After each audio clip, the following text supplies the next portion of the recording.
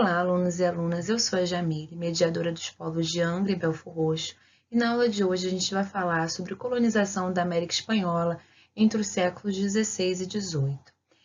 Vamos começar nossa aula observando esse mural do artista mexicano Diego Rivera, em que ele retrata alguns elementos, alguns grupos sociais importantes que se formaram ao longo da colonização da América Espanhola.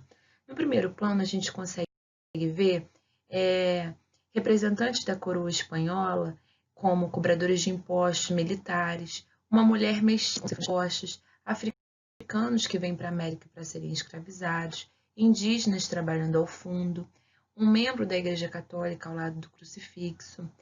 Ao longo da colonização, a coroa espanhola tentou impor suas normas e suas leis a esses grupos sociais para garantir com que o projeto econômico e cultural da colonização fosse efetivado na prática. Na nossa aula, a gente vai falar um pouco sobre o que é esse projeto econômico e cultural da colonização e como ele se deu para ser realizado no território da América Espanhola e quais foram os limites para a efetivação desse projeto de colonização. Essa colônia espanhola tinha uma territorialidade. Para a gente ver essa territorialidade, podemos abrir a nossa apostila, módulo 1, página 49, em que a gente vai ver o Tratado de Tordesilhas, que divide, no começo da colonização, as possessões entre Portugal e Espanha. E aqui estão os territórios coloniais espanhóis para a gente observar essa territorialidade da colônia espanhola na América. Bom, como a gente viu na nossa aula anterior, colonizar significa ocupar, mas ocupar com objetivos. O primeiro objetivo da colonização é ocupar territórios para além do continente europeu, buscando estabelecer uma hegemonia pelo mundo. A gente tem que lembrar que tanto a expansão marítima quanto a colonização aconteceram no contexto de formação das monarquias absolutistas no continente europeu. Essas monarquias absolutistas, elas vão se formar e competir entre elas. Esses territórios para além do continente europeu, eles vão representar para essas monarquias a obtenção de riquezas. Então, esses territórios coloniais são vistos como locais para se conquistar riquezas. E que tipos de riquezas? Principalmente ouro e prata, mas também gêneros alimentícios. No caso das colônias americanas, gêneros tropicais, principalmente. Por que acumular ouro e prata?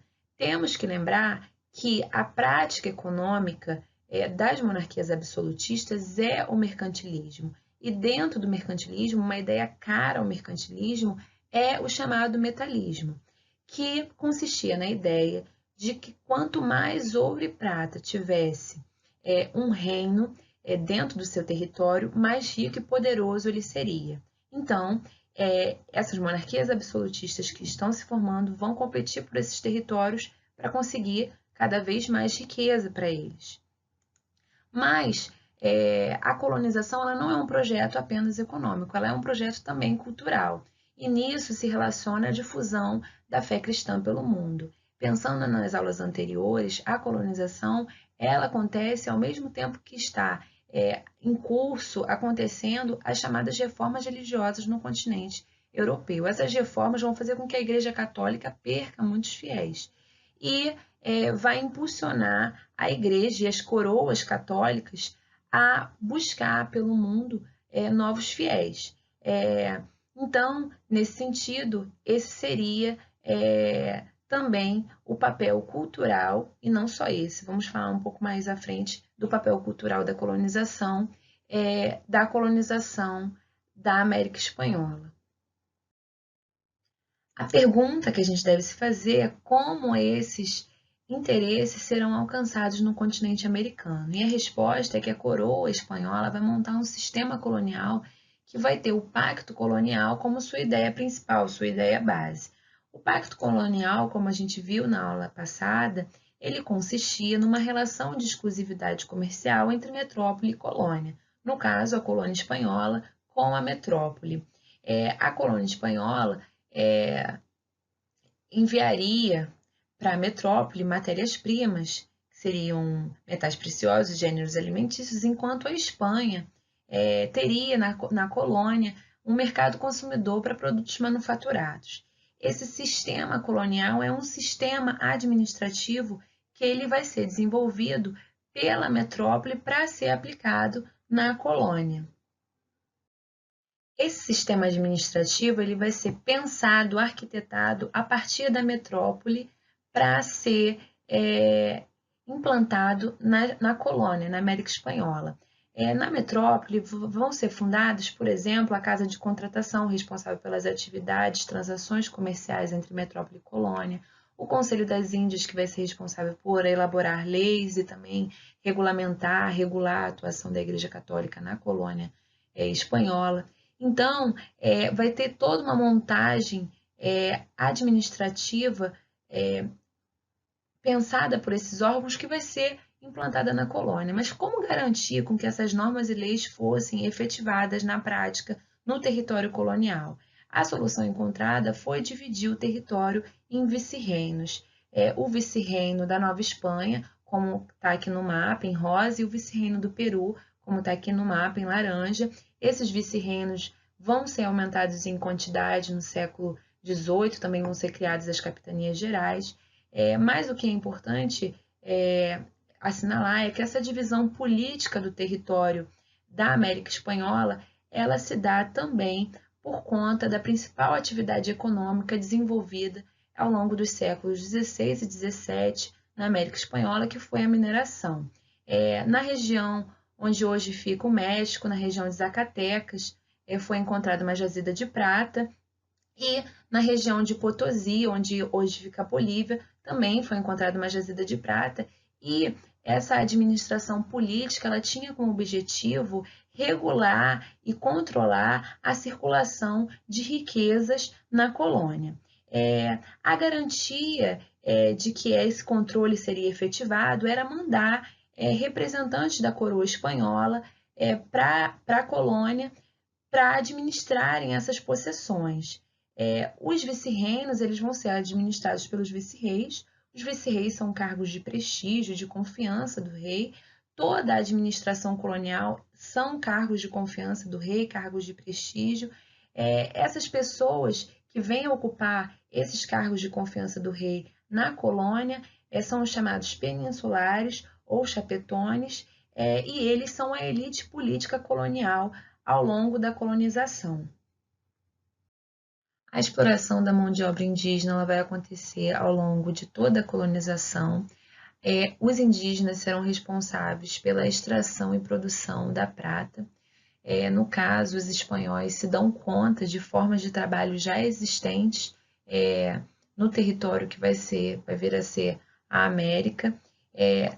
A mita era ligado à civilização inca e o Coatequil à civilização asteca e consistia em impostos cobrados pelo Estado que eram pagos pelos nativos em trabalhos em obras públicas. Os espanhóis se dão conta dessas formas de trabalho e se valem dela para explorar a mão de obra indígena. A encomenda é uma outra forma de trabalho que vai utilizar comunidades indígenas, que consistia na autorização da coroa espanhola a colonos que explorassem grupos indígenas no trabalho nas fazendas agrícolas, e em troca desses trabalhos dos grupos indígenas, o colono deveria dar a essas comunidades a catequização. Tanto a mineração quanto a encomenda foram responsáveis ao longo da colonização pela desestruturação das comunidades indígenas, e a mineração, principalmente, ela também contribuiu para o aumento da mortalidade da população indígena na América Espanhola. Agora vamos resolver uma questão do Enem de 2012. Mas uma coisa ouso afirmar, porque há muitos testemunhos, e é que vi nesta terra de Verágua, Panamá, maiores indícios de ouro nos 2 primeiros dias do que na Espanhola em 4 anos, e que as terras da região não podem ser mais bonitas nem mais bem lavradas. Ali, se quiserem, podem mandar extrair à vontade.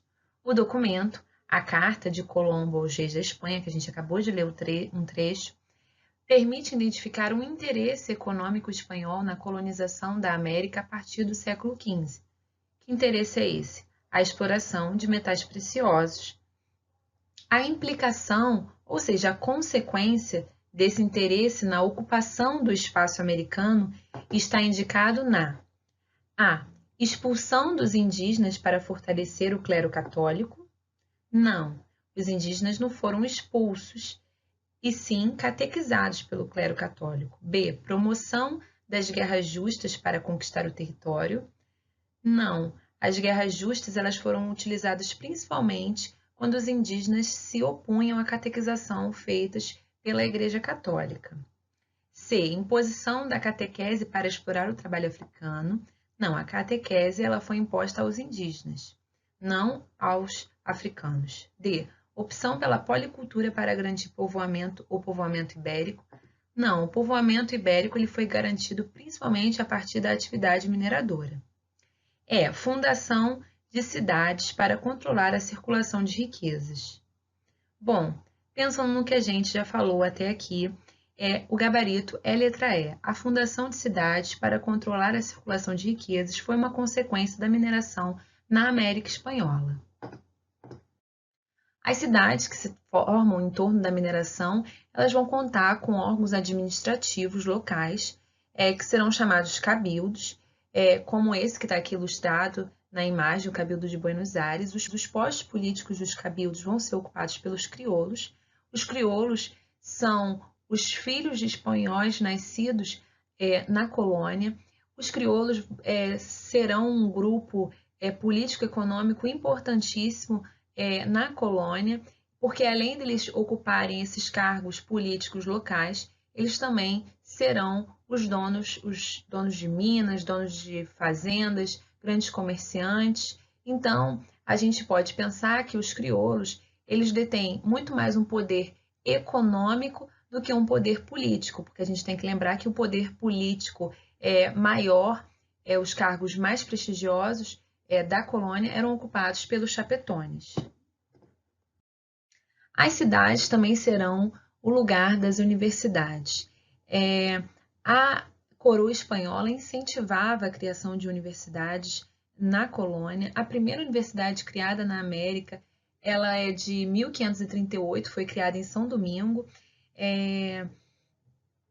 Nesse sentido, a gente pode falar do projeto cultural da colonização, porque as universidades eram uma forma de difundir os valores e as ideias europeias na colônia. E no momento da colonização que se arquiteta o projeto de impor a cultura e os valores europeus pelo mundo, que a gente vai chamar de eurocentrismo. As universidades elas eram administradas pela Igreja. A Igreja ela teve um papel importantíssimo na colonização, tanto na regulamentação da vida dos colonos, difundindo valores morais, quanto na catequização dos indígenas que acontecia nas missões jesuíticas ou reduções, como essa aqui que está representada na imagem, onde os indígenas aprendiam a religião católica e, além disso, os valores e os costumes europeus. Os indígenas eram submetidos a trabalhos para sua própria subsistência nessas missões e, além disso, também produziam alguns produtos para serem vendidos no mercado interno, na colônia. Então, a Igreja faz parte desse pilar que sustenta o projeto cultural para a colonização. Além da mineração, outras atividades econômicas foram desenvolvidas na colônia, como, por exemplo, a pecuária, atividade que se relacionava com a mineração, desenvolvida na Bacia do Rio da Prata, hoje Argentina e Paraguai. A pecuária ela servia principalmente para o transporte de carga e pessoas na colônia e tinha como principais produtos a carne e o couro. Também algumas regiões se destinaram à plantação de gêneros tropicais, como as Ilhas Antilhanas. Esses gêneros tropicais eles serviam para exportação. no caso das Antilhas, principalmente cana-de-açúcar e tabaco, que eram produzidos em latifúndios monocultores, que utilizavam a mão de obra africana escravizada nessa produção. Então, além de se utilizar de trabalhos indígenas, em várias partes da colônia, a mão de obra africana escravizada também foi utilizada ao longo da colonização da América Espanhola. Como continuação do slide anterior, a gente pode observar no mapa político atual as regiões identificadas no mapa histórico anterior. A região da Bacia do Rio da Prata e a região do Caribe atualmente. No mapa mundi, a gente pode ver como essas regiões elas estão afastadas da metrópole, da Espanha. Então, a gente já pode começar a falar sobre os limites do pacto colonial ao longo da colonização da América Espanhola.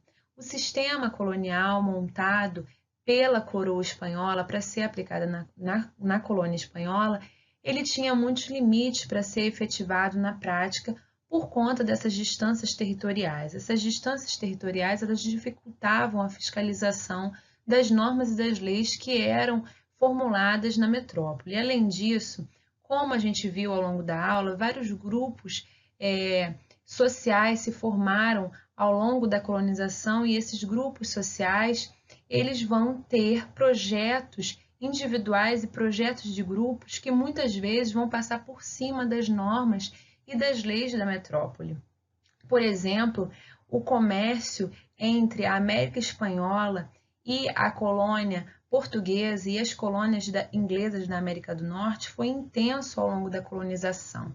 Esse comércio, chamado de comércio ilegal, contrabando, pela coroa espanhola, pode ser identificado, por exemplo, no sul da América Espanhola, a região sul da América Espanhola, com a colônia portuguesa, com a troca de produtos como escravos, tabaco, couro, charque. Esse comércio era um comércio que envolvia os colonos e colonos que desrespeitavam as leis vindas da metrópole. Então, o pacto colonial ele teve muitos limites para ser efetivado na prática.